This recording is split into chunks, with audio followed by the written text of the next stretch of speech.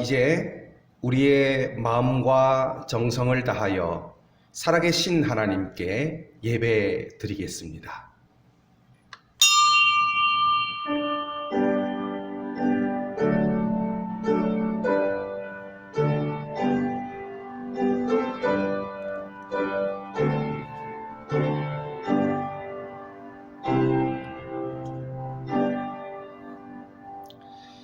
내 이름으로 일컫는 내 백성이 그들의 악한 길에서 떠나 스스로 낮추고 기도하여 내 얼굴을 찾으면 내가 하늘에서 듣고 그들의 죄를 사하고 그들의 땅을 고칠지라. 아멘. 하나님 아버지 감사합니다. 오늘 새해 두 번째 주일을 맞아서 우리 사랑하는 성도님들 또 주님 앞에 모였습니다. 우리의 마음의 무릎을 꿇습니다. 우리의 정성을 들여 하나님께 예배 드리오니 기쁘게 받아 주옵소서. 예수님의 이름으로 간절히 기원합니다. 아멘. 이제 우리 다 같이 찬송가 440장으로 하나님을 찬양하겠습니다.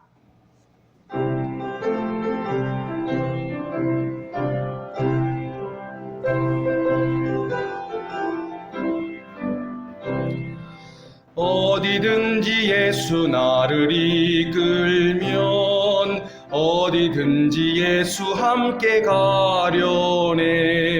예수 함께 아니 가면 낙없고 예수님과 동행하면 겁없네. 어디를 가든지 겁낼 것 없네. 어디든지 예수 함께 가려네. 세상 친구 모두 나를 떠나도 주와 동행하면 외로움 없겠네. 가는 길이 위태하고 험해도 어디든지 예수 함께 가려네. 어디를 가든지 겁낼 것 없네. 어디든지 예수 함께 가려네. 어두운 그늘 나를 애워쌀 때에 주가 함께 계심 믿고 자려네. 죽은 후에 천국에서 깨어나 예수 함께 길이 살리라. 어디를 가든지 겁낼 것 없네. 어디든지 예수 함께 가려네. 아멘. 이제 우리 다 같이 사도신경으로 우리의 신앙을 고백하겠습니다. 나는 전능하신 아버지 하나님 천지의 창조주를 믿습니다. 나는 그의 유일하신 아들 우리 주 예수 그리스도를 믿습니다. 그는 성령으로 잉태되어 동정녀 마리아에게서 나시고 본디오 빌라도에게 고난을 받아 십자가에 못 박혀 죽으시고 장사된 지 사흘 만에 죽은 자 가운데서 다시 살아나셨으며 하늘에 오르시어 전능하신 아버지 하나님 우편에 앉아 계시다가 거기로부터 살아있는 자와 죽은 자를 심판하러 오십니다. 나는 성령을 믿으며 거룩한 공교회와 성도의 교제와 죄를 용서받는 것과 몸의 부활과 영생을 믿습니다. 아멘. 이제 우리 다 같이 기도 드리실 때에 김신일 장로님께서 기도 인도해 주시겠습니다. 우리 다 같이 기도 드리겠습니다. 사랑의 하나님 아버지, 은혜 감사합니다. 한 주간도 매서운 한파와 코로나19 감염으로부터 우리를 지켜주시고 새해 두 번째 주일을 맞아 하나님 앞에 예배드리게 하시니 참으로 감사합니다. 자비로우신 하나님 아버지, 오늘 또 우리의 모습을 돌아보니 주의 말씀에 순종하지 못하고 하나님의 부르심에 합당한 삶을 살지 못했던 우리의 연약함을 이 시간 고백합니다. 주님, 죄와 허물뿐인 저희들을 불쌍히 여기시고 십자가의 보혈로 우리의 죄를 용서하여 주시옵소서. 세상에 얽매여 썩어질 것을 쫓아가는 저희들이 되지 말게 하시고 주님의 나라와 의를 구하는 신실한 하나님의 자녀가 되는 은혜를 허락하여 주시옵소서. 전능하신 하나님 아버지, 올해는 코로나19가 이 땅에서 완전히 종식되고 예배가 회복되어지는 한 해가 되게 인도하여 주시옵소서. 찬양과 기도가 살아나며 우리의 자녀들의 믿음이 회복되어지게 하여 주시옵소서. 먼저 믿는 우리들이 세상에 빛이 되지 못하므로 사회적으로 불신되고 있는 하나님의 성호가 회복되고 이 땅에 주의 영광이 나타나게 하여 주시옵소서. 사랑의 하나님 아버지, 성근교회를 지금까지 지켜주심에 감사합니다. 올해도 부족한 저희들에게 전도로 회복할 수 있는 사명을 주심에 또한 감사를 드립니다. 모든 성도들이 진리 안에서 복음 전하는 사명을 잘 감당하게 하옵소서. 주신 사명 감당하기에 부족함이 없도록 우리에게 물질과 건강과 시간도 허락하여 주시옵소서. 하나님 아버지, 이 나라와 이 민족을 위하여 기도합니다. 먼저 이 나라를 이끌어가는 위정자들에게 하나님의 뜻과 섭리를 볼 수 있는 지혜를 주셔서 하나님을 경외하고 국민을 위해 봉사하는 위정자들이 되게 하여 주시옵소서. 어려움에 처한 경제가 회복되어지고 정치가 안정되어질 수 있도록 도와주옵소서. 분쟁과 분열이 사라지게 하시고 주님의 평화가 이 땅에 임하게 하여 주옵소서. 전능하신 하나님 아버지, 올 한 해도 우리 목사님 영육간에 강건케 하시고 맡겨주신 교회와 양떼를 위하여 사명 잘 감당하게 하여 주옵소서. 어렵고 힘든 일이 있을지라도 새 힘 주시고 성령의 능력으로 능력의 이김을 허락하여 주옵소서. 이 시간도 영상으로 하나님의 말씀을 들을 때에 하늘의 은혜를 깨닫는 복된 시간이 되게 하여 주옵소서. 그 말씀이 우리 속에 능력으로 나타나 새로운 한 주간을 살아갈 때에 승리하는 삶을 살도록 인도하여 주실 줄 믿으며 이 모든 말씀 존귀하신 예수 그리스도의 이름으로 기도드리옵나이다. 아멘. 오늘 우리에게 주시는 하나님의 말씀을 같이 보겠습니다.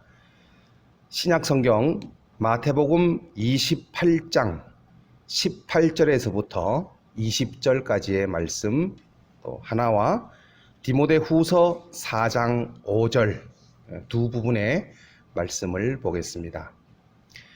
먼저 마태복음입니다. 마태복음 제28장 18절에서부터 20절까지의 말씀입니다. 우리 다 같이 성경을 찾아서 함께 읽겠습니다. 마태복음 28장 18절에서부터 20절 그리고 디모데후서 4장 5절도 같이 봅니다. 먼저 마태복음 28장의 말씀, 우리 다 같이 한 목소리로 하나님 말씀 읽겠습니다.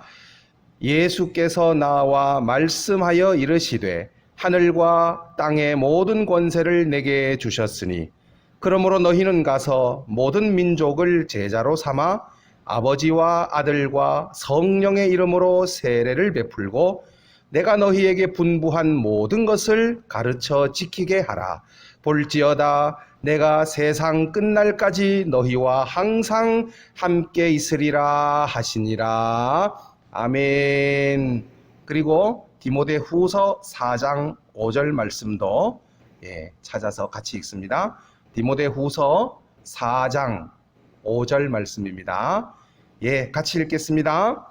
그러나 너는 모든 일에 신중하여 고난을 받으며 전도자의 일을 하며 내 직무를 다하라. 아멘. 하나님의 말씀입니다. 오늘 이 말씀을 중심해서 우리의 직무, 우리의 직무라는 제목으로 하나님 말씀 잠시 나누겠습니다. 우리는 지금 연속해서 비대면 예배를 드리고 있습니다. 어떤 목사님은 이 예배가 정말 정상적 또는 온전한 예배가 될 수 없다, 이렇게도 말씀하시는 분이 솔직히 계십니다. 모여서 성전에서 함께 찬양하고 또 예배드리고, 그래야 이게 예배지, 어떻게 그냥 집에서 쉽게 TV라든지 인터넷이라든지 휴대폰이라든지 이런 걸 가지고 예배를 드릴 수 있느냐. 솔직히 우리 딱 까놓고 이야기해서 이거 진정한 예배를 할 수 없지 않느냐, 이렇게 강변하시는 분도 계시고, 또 어떤 목사님은 이 비대면 예배라도 성경은 예배를 영과 진리로 드려야 된다라고 말씀하고 있기 때문에 우리가 어떤 형식을 취하더라도 영과 진리로 예배를 드린다 하면 이건 온전한 예배가 될 수 있다, 또 이렇게 말씀하시는 분도 계십니다. 그리하여 요즘같이 온 세상이 다 집합 금지 명령을 받고 있을 때에는 교회가 앞장서서 이 비대면 예배를 통해서 세상에 어떤 선도적인 모범을 보여야 되고, 또 소금이요 빛의 역할을 해내야 된다, 이렇게 말씀하시는 분도 계십니다. 영과 진리로 예배를 드려야 된다 하는 대원칙을 우리가 생각한다면, 저는 개인적으로 이 비대면 예배라도 우리의 중심을 보시는 하나님 앞에 우리가 온전한 예배를 드릴 수 있다, 저는 이 비대면 예배라도 예배가 성사된다라고 개인적으로는 생각을 합니다. 그래도 못내 아쉬운 부분이 없을 수가 없겠죠. 뭐가 아쉬울까? 저도 생각을 한번 해봤습니다. 단지 얼굴을 못 뵙기 때문에, 아니면 만나서 악수라도 하고 또 대화라도 나누고, 또 우리가 그 전에 다 그렇게 했듯이 식사를 함께하며 이 교제를 나누어야지. 그게 좀 아쉽다. 그것 때문에 우리가 예배가 아쉬울까요? 저는 감정 때문에 그런 게 아닌가 생각을 해봅니다. 우리 인간은 성령님도 인격적인 존재이지만은 우리 인간도 인격적 존재거든요. 인격이라 하면 우리가 잘 아시는 대로 지적인 부분이 먼저 있죠. 지적. 먼저 예배가 무엇이며 어떻게 해야 된다, 성경 말씀은 이러이러하다 하는 지적인 부분을 알고 있어야 됩니다. 그 다음에 그 예배를 드림으로 우리는 어떠한 하나님의 자녀로서, 또 소망을 가진 존재로서 이 땅과 삶 가운데 또 많은 사람들 가운데서 이러한 의지를 가지고 살아야 된다 하는 결단의 부분도 반드시 있어야 되죠. 지적인 부분, 의지적인 부분이 있어야 된다라는 겁니다. 근데 또 중요한 부분이 인격에 있어서 뭘까요? 감정이죠. 그래서 인격을 지, 정, 의, 이 세 가지로 이야기를 하지 않습니까? 그래서 저는 이 감정이란 부분을 우리가 좀 채우기가 지금 힘든 예배가 아닐까. 그래서 우리가 못내 아쉬운 부분은 이런 데 있지 않을까 하는 생각을 한번 해봤습니다. 여러분, 감정 어떻게 생각하십니까? 감정이 큰 부분이죠. 우리가 인생을 살아가고 또 우리의 인격을 형성할 때에 매우 중요한 부분이 감정이라는 부분입니다. 절대로 간과하지 못합니다. 감정이 작은 부분일까요? 절대로 그렇지 않습니다.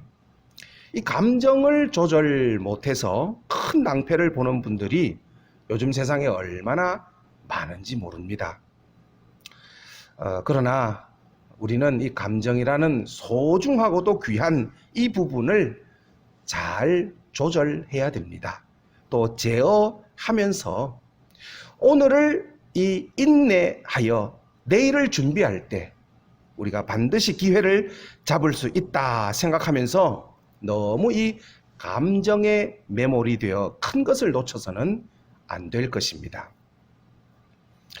따라서 지금까지 우리가 대면 예배를 통해서 시간마다 우리가 느껴왔던 그 감정은 아닐지라도 우리가 이렇게 드러내진 못해도 내 안에서 얼마든지 새로운 감정을 누릴 수 있습니다.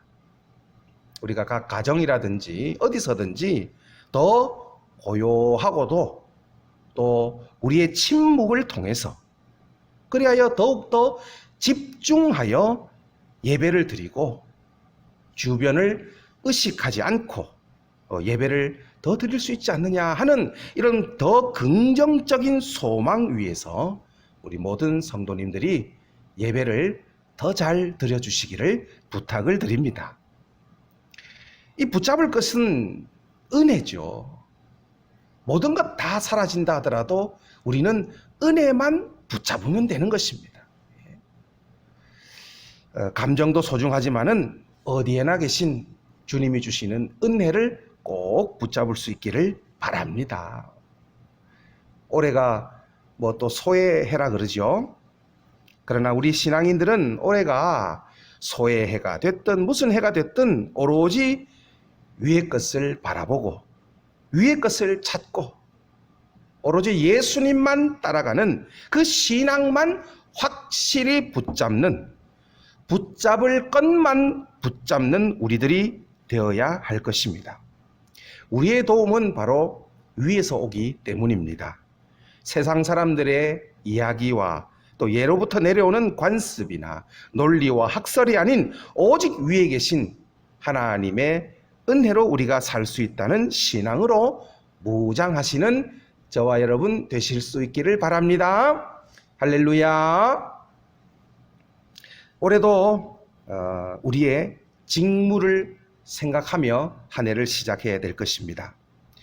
디모데후서 말씀에도 전도자의 일을 하면서 너의 직무를 다해라. 이 그리스도인들은 반드시 직무가 있다라는 것입니다. 신앙을 지키기 위한 그리고 은혜를 받은 자들의 마땅한 의무가 되는 직무가 있다라는 겁니다. 그렇습니다. 우리 군인도 마땅히 해야 될 직무가 있죠. 회사원도 해야 될 일이 있고 가정의 주부라도 감당해야 될 사명이 있는 것입니다. 연세가 많으신 분들도 분명히 하실 일이 있습니다. 또 어린 아이 때로부터 또 어려서부터 배워야 할 신앙과 삶의 도리라는 것도 있다라는 것입니다. 할 일이 있다. 우리에게도 그렇습니다. 신앙인들도 많은 직무가 있는데 핵심이자 결론은 무엇일까요? 우리가 우리에게 맡겨진 이 직무를 감당하는 것은 원칙입니다. 그렇다면 우리가 이 직무를 감당해서 뭐 하자라는 겁니까? 하나님께 영광 돌리고 하나님 기쁘시게 하자라는 것. 우리가 이것을 절대로 놓쳐서는 안 될 것입니다. 우리의 직무 분명히 있지만 우리 좋으라고 하는 것은 없습니다. 나에게 맞추는 직무는 없다라는 것입니다. 우리 만족하자고 하는 것은 사실은 신앙이 아니죠. 우리의 모든 초점은 오로지 하나님을 기쁘시게 하나님의 집인 교회를 위하여 하나님의 창조 목적에 맞게 모든 과정과 결과가 다 하나님 기쁘시게 하는데 모든 것이 맞춰져 있는 것입니다. 이것이 우리가 직무를 감당하는 목적이자 이유라는 것입니다. 그래서 올 한 해도 우리의 할 일을 잊어버리지 말자 하는 것이 오늘 설교의 주제이자 결론입니다. 우선 우리의 중요한 직무가 있다면 예배입니다. 예배. 예배의 소홀함이 없어야 된다. 우리가 비대면 예배라도 우리의 중심을 보시는 하나님 앞에 서 있다 하는 마음으로 예배를 꼭 드려주시기를 부탁을 드립니다. 이것이 영과 또 진리로 드리는 예배의 의미일 것입니다. 요한복음 4장 23절 아버지께 참되게 예배하는 자들은 영과 진리로 예배할 때가 오나니 곧 이때라 그랬습니다.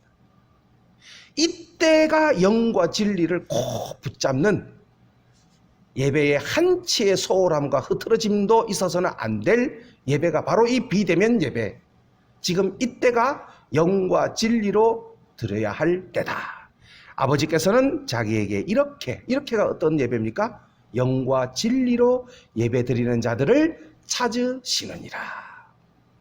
이것은 올 한 해가 다 하기까지 절대로 흔들려서는 안 될 우리 신앙의 중요한 첫 번째 직무이자 의무이자 사명입니다.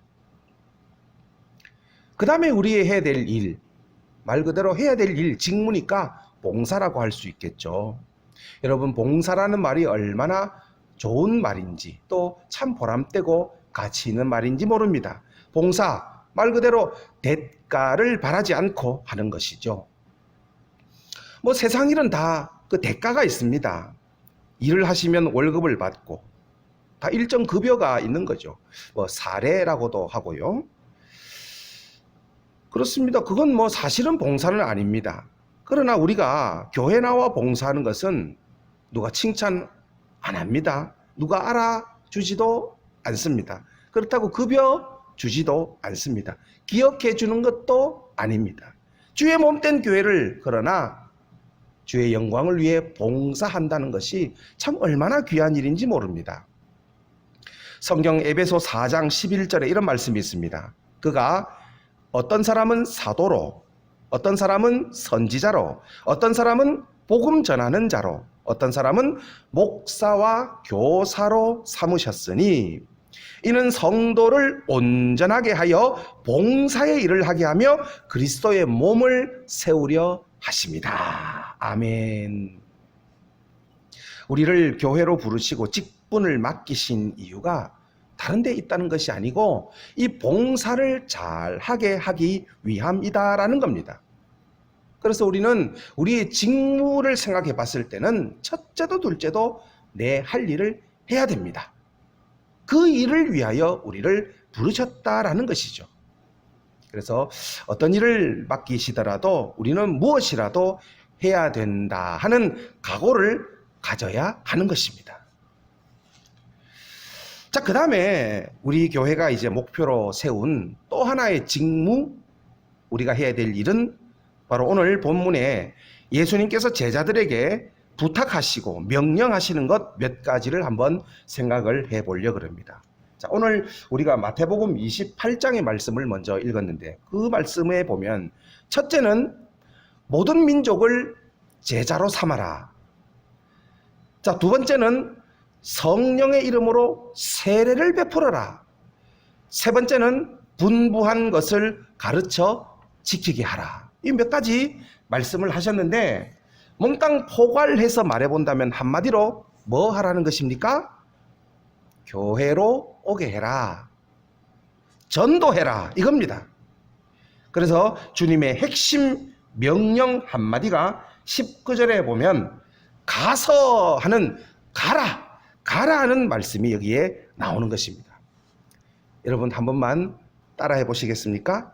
가라. 예, 한 번만 더요. 가라. 감사합니다. 가라.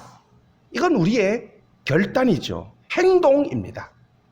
간다 하는 것은 마음도 가지만 몸도 따라가야 되는 것이죠. 교회 안에서도 한 사람 한 사람에게 먼저는 마음이 가야 되지만 그리고 우리가 교회 안에 있는 분 마찬가지로 교회 밖에 계신 분들에게 몸도 가야 된다는 것입니다. 그래서 올해 우리의 어떤 목표, 실천표도 마찬가지지만 한 영혼을 위하여 한 번만 다가가자. 예수님이 가라고 하셨으니까 우리의 관심은 그겁니다. 뭐 열매가 맺힐까 안 맺힐까, 내가 간다고 뭐 일이 이루어지겠나 안 이루어지겠나, 그게 우리의 관심이 아닙니다. 우리는 주님께 맡기는 것이죠. 그리고는 가는 것입니다. 주님은 가보고 뭐가 되면 가고 그게 아니죠. 우선 우리의 사명은 가는 것입니다. 올 한 해 일단 우리는 움직여 보는 겁니다. 가는 것입니다. 올 한 해 우리가 이 전도라는 목표를 뭐 오늘 한번 이렇게 말씀 나누고 그칠 것은 아니고요. 계속해서 함께 은혜를 나누고 또 이 전도의 당위성을 생각해보고 또 하나님의 명령이신 영혼을 구원하는 일에 대해서는 우리가 한두 번이 아닌 계속해서 살펴야 될 우리의 중요한 목표입니다. 자, 그래서 전도를 어떻게 할 수 있을까? 바로 그거죠. 그래서 올 한 해 목표를 어떻게 하면 성령 충만할까? 전도를 몇 명 할까? 우리 구역이 어떻게 하면 1등 할까? 그거는 그 다음 목표고, 우리의 첫 번째 목표는 성령으로 충만하자라는 것입니다. 왜 그럴까요? 전도라는 것은 가만 생각해 보면 받은 은혜를 돌려주는 거거든요. 받은 것이 있어야 줄 게 있는 것입니다. 자, 그렇다면 우리가 받은 것이 있다 하면 먼저 우리의 신앙은 감사로 연결되지 않습니까? 여러분 그렇잖아요. 상식을 가졌다 그러면 누군가 나에게 뭔가 거저 줬다 그러면 감사하는 거 아닙니까? 여기서부터 전도가 출발한다라는 것입니다. 성령의 충만함은 바로 이겁니다. 성령은 하나님이시니까 하나님이 모든 것을 주셨다는 것을 인정하는 사람이 바로 성령 충만한 사람이라는 것입니다. 성령 충만한 사람은 그래서 자연스럽게 감사로 연결되는 것이죠. 이것이 바로 교인이 세상 사람들과 다른 점일 것입니다. 감사하느냐 안 하느냐, 바로 이겁니다. 시간도 하나님이 주셨다. 내 삶을 하나님이 주셨다. 내 사랑스러운 자녀도 하나님이 주셨다. 건강도 물질도 모든 것도 하나님이 주셨다고 믿는 사람은 당연히 감사하는 마음을 가지는 것입니다. 따라서 우리가 성령 충만 어떻게 할 수 있느냐? 간단합니다. 성령 충만, 하나님이 주심에 대하여 감사하고 이것을 다시 전해야 되겠다라고 마음을 가지느냐 안 가지느냐, 이것만 보면 우리는 성령 충만에 대해서 대번에 알 수 있는 것이죠. 그래서 전도도 마찬가지입니다. 우리가 전도가 은사가 있기 때문에 전도하는 것이 아니라는 것입니다. 전도 잘하는 방법을 교육을 받았기 때문에 전도하는 것도 아니라는 것입니다. 하나님께 받았다는 것을 인정하느냐 안 하느냐, 여기서 전도를 할 수 있느냐 없느냐가 판가름 난다라는 것입니다. 하나님이 나에게 모든 것을 주셨구나. 하나님 나에게 생명을 주셨구나. 하나님이 나에게 구원을 주셨구나. 하나님이 나에게 천국을 주셨구나. 하나님이 세상을 사랑하사 독생자를 주셨으니 이는 저를 믿는 자마다 멸망하지 않고 영생을 얻게 하신다. 나 같은 죄인도 용서함을 받게 하셨구나. 그걸 믿는 사람은 받았으니까 감사함으로 전하는 것입니다. 제가 마태복음 10장 5절부터 8절까지 말씀을 한번 읽어보겠습니다. 예수께서 이 12를 내보내시며 명하여 이르시되 이방인의 길로도 가지 말고 사마리아인의 고을에도 들어가지 말고 오히려 이스라엘 집에 잃어버린 양에게로 가라. 가면서 전파하여 말하되 천국이 가까이 왔다 하고 병든 자를 고치며 죽은 자를 살리며 나병 환자를 깨끗하게 하며 귀신을 쫓아내되 너희가 거저 받았으니 거저 주라. 이 얼마나 중요한 말씀인지 모릅니다. 그래서 성경 로마서 사도 바울은 우리에게 이 거저 받았다는 것을 빚진 자의 개념으로 말씀하고 있는 것입니다. 로마서는 우리가 같이 한번 찾아보겠습니다. 로마서 1장입니다. 신약 성경 로마서 1장 14절 15절. 자, 성경을 직접 찾아봅니다. 로마서 1장 14절 15절. 자, 우리 로마서 1장 14절 15절을 같이 한번 읽어보겠습니다. 시작. 헬라인이나 야만인이나 지혜 있는 자나 어리석은 자에게 다 내가 빚진 자라. 그러므로 나는 할 수 있는 대로 로마에 있는 너희에게도 복음 전하기를 원하노라. 아멘. 사도 바울은 로마서 1장에 자신을 빚진 자라 그랬습니다. 이건 우리도 마찬가지입니다. 자, 그래서 우리는 하나님께 먼저 예배, 그리고 이 복음 증거는 성도의 큰 두 가지 사명, 직무, 우리가 목표로 삼아야 할 중요한 두 가치라고 생각을 할 수 있다는 것이죠. 고린도 후서 4장 5절부터 7절입니다. 우리는 우리를 전파하는 것이 아니라 오직 그리스도 예수의 주 되신 것과 또 예수를 위하여 우리가 너희의 종된 것을 전파함이라. 어두운 데에 빛이 비치라 말씀하셨던 그 하나님께서 예수 그리스도의 얼굴에 있는 하나님의 영광을 아는 빛을 우리 마음에 비추셨느니라. 우리가 이 보배를 질그릇에 가졌으니 이는 심히 큰 능력은 하나님께 있고 우리에게 있지 아니함을 알게 하려 함이라. 아멘. 그래서 예수님을 질그릇 같은 나에게 주셨으니까 우리는 나의 능력 의지하지 말고 오로지 예수 그리스도, 우리가 전파하는 것은 오직 예수 그리스도가 나의 주인 되신다. 내 삶의 주님이 되신다. 예. 그래야 우리는 예수님의 종된 삶을 살아가야 된다 하는 것을 전파할 뿐이라는 것입니다. 할렐루야. 그래서 오늘 말씀을 맺으면서 성경에 많은 사람들이 나오지만 반드시 언급하는 몇몇의 사람들이 있다는 것을 한번 생각하고 말씀의 결론을 맺으려고 합니다. 복음을 또는 소망을, 부활의 주님을, 영생의 은혜가 성경에 많은 사람들에게 임했습니다. 그런데 특별히 빠지지 않고 빼놓지 않고 성경은 반드시 언급을 하는 몇몇 사람이 있다라는 것이죠. 그래서 그분들이 예수님을 증거했다, 기쁨으로 복음을 받아들이고 전했다 하는 기록이 나오는데 몇몇 분만 한번 생각을 해보겠습니다. 부활을 경험한 사람들입니다. 첫째는요, 부활을 누가 경험했느냐?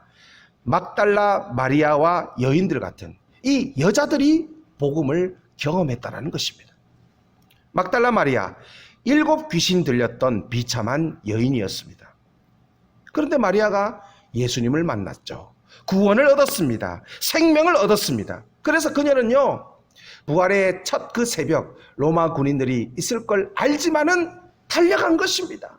큰 돌이 가로막힐 것을 알았지만 달려갔다라는 겁니다. 무섭지 않았습니다. 그녀에게는 주님이 제일 먼저 나를 찾아오셨다, 나에게 은혜를 주셨다 하는 소망과 은혜가 충만했기 때문이라는 것입니다.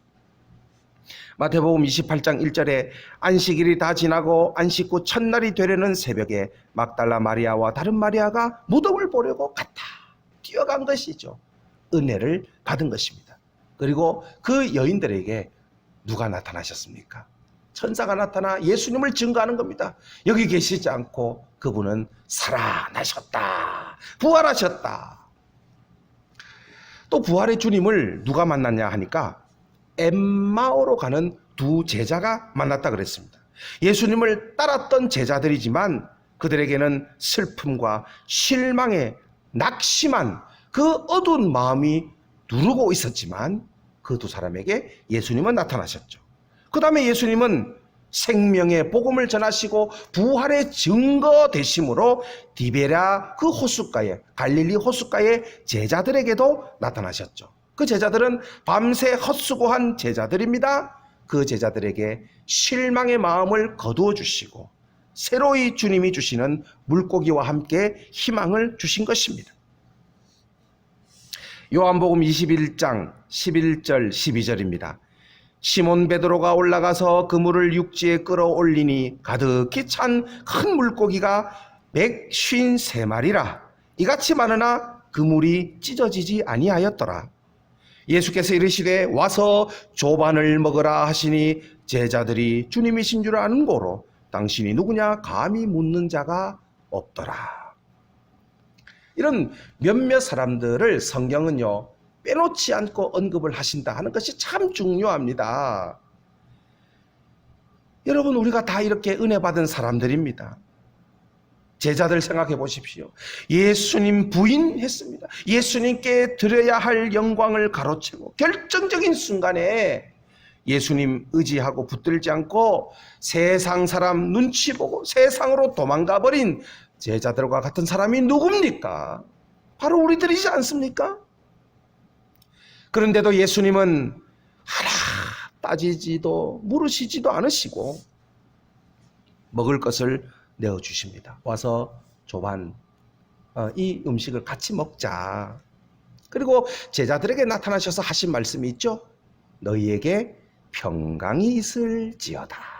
평강을 선포해 주시고, 그리고는 다시 와서 사명을 맡겨주시고 내 양을 먹이라 부탁하면서 하늘로 가셨습니다. 여러분, 우리가 바로 갈릴리 이 디베랴의 제자들인 것입니다. 엠마오로 가는 두 제자와 같이 오늘을 사는 이 현실에 눌리고 현실을 걱정하고 슬퍼하고 낙심하고 걱정하는 이 오늘을 살아가는 연약한 사람들이 바로 누굽니까? 바로 우리들이라는 것입니다. 이러한 우리들에게 오셔서 예수님은 말씀을 풀어주시고 가슴을, 이 심장을 다시 뛰게 하시며 뜨겁게 해주시는 분이 바로 예수님이시라는 것입니다. 예수님의 사랑을 받고 7 귀신 들렸던, 알려진 바에 의하면 창기로서 살아가며 갖은 수모와 서러움을 겪던 이 막달라의 마리아 같은 여인이 바로 누굽니까? 바로 우리들입니다. 이러한 우리들에게 나타나셔서 삶의 용기를 주시고 위로를 주신 분이 바로 부활의 예수님이라는 것입니다. 다시 살아나신 우리 주님께서 우리에게 은혜를 오늘도 주시고 믿음을 주시고 천국 소망까지 주셨으니 우리는 우리의 직무를 잘 감당해야 되겠다. 우리도 이런 성경에 나오는 분들 같이 주님을 잘 증거해야 되겠다. 결단할 수 있기를 바랍니다. 말씀을 맺겠습니다. 지금은 잠시 이 예배 회복을 잠잠히 기다리며 그 때를 또 소망하는 시기이지만은, 그러나 중요한 것은 뭡니까? 그 때는 온다라는 것입니다. 교회의 문은 반드시 열릴 것입니다. 이것을 우리는 믿어야 됩니다. 그래서 지금은 잠잠히 인내하고 고요할 때이지만 우리의 마음은요, 준비해야 됩니다. 우선은 우리 17일 다음 주일까지는 현재 정부에서 내려진 이 방역 수칙 우리 잘 지켜야 됩니다. 그러나 반드시 잊지 말아야 될 것은 우리에게는 사명이 있다. 받은 은혜가 있다. 하나님 맡기신 전도의 직무가 있다. 그래서 반드시 교회와 또는 나의 이 영적인 상태는 회복이 되어야 된다. 우리에게 맡기시는 일이 그 어떤 일이라 할지라도 내게 능력 주시는 자 안에서 모든 것을 할 수 있느니라 말씀하신 우리 주님의 약속을 붙잡고 반드시 다시 회복하여 일어서시는 온 교회와 우리 성도님들 되시기를 주님의 이름으로 축복합니다. 아멘. 기도하겠습니다. 하나님 아버지 감사합니다. 주의 은혜로 또 1월 둘째 주일 예배를 드립니다. 영과 진리로 드리는 이 예배를 주님 기쁘게 받으시고 하늘의 신령한 은혜를 내리어 주옵소서. 올 한 해 우리가 계속해서 이제 받은 은혜를 생각하며 맡겨주신 직무를 넉넉히 감당하기를 원하오니 우리 홀로 내버려 두지 마시고 우리 손 꼭 붙잡아 주시고 우리에게 은혜를 내리어 주셔서 맡겨주신 사명 그 어떤 것이라도 넉넉히 잘 감당하며 하나님께 영광 올려드리는 삶을 살아가는 우리 모두 되게 하여 주옵소서. 예수님의 이름으로 감사 기도 드립니다. 아멘. 이제 광고 말씀을 드리겠습니다. 우리 교회 온라인 계좌 안내가 아래와 같습니다. 그리고 다음 주일 17일까지 계속되는 이 비대면 예배에 우리 모든 성도님들께서 시간도 엄수해 주시고 또 정성을 다해 주셔서 잘 참여해 주시기를 부탁을 드립니다. 지금 말 그대로 혹한의 날씨가 계속되고 있습니다. 교회 또 주방 수도도 얼어버리고, 교회 또 보일러도 얼어버리고, 온 세상이 꽁꽁 얼어버렸습니다. 어디 다니실 때 미끄러지지 않도록 각별히 또 유의하시고, 지금은 또 어떤 형태의 모임이든지 좀 자제해야 되는 시기니까요. 가능하면 집에 계셔서 또 건강 관리에 또 유의해야 될 때가 아닌가 생각합니다. 우리 모쪼록 모든 성도님들의 또 가정과 또 자녀들과 또 하시는 모든 일에 하나님께서 큰 은혜를 또 내려주시기를 또 기도하겠습니다. 우리 성도님들도 어서 속히 이 환경이 좀 중지가 되고 하루빨리 우리의 정상 또 일상으로 돌아올 수 있도록 하나님의 은혜를 구하면서 같이 기도해 주시기를 부탁을 드리겠습니다. 우리 다시 만날 때까지 하나님의 은혜가 우리 모두와 함께 하실 줄로 믿습니다. 이제 우리 같이 찬송가 450장 우리 부르신 후에 축도함으로 오늘 모든 예배를 마치겠습니다.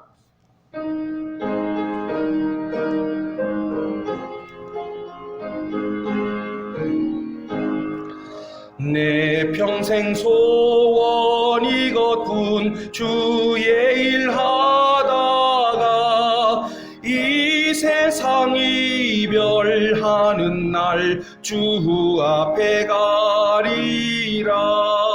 꿈같이 헛된 세상 일 취할 건 무엇냐. 이 수고함만 하여도 헛된 것뿐일세. 불같은 시험 많으나 겁내지 맙시다.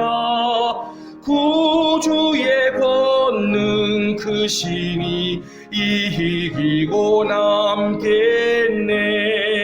금보다 귀한 믿음은 참 보배 되도다. 이 진리 믿는 사람들 다 복을 받겠네. 살같이 빠른 광음을 주 위에 아끼세. 온 몸과 마음을 바치고 힘써서 일하세. 아멘.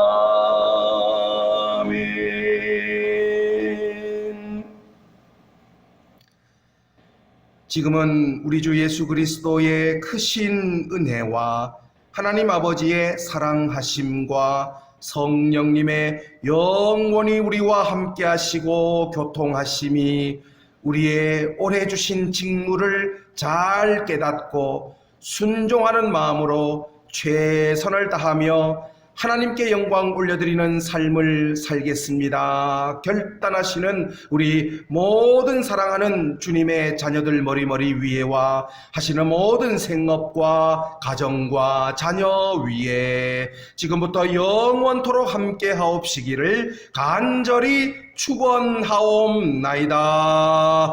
아멘.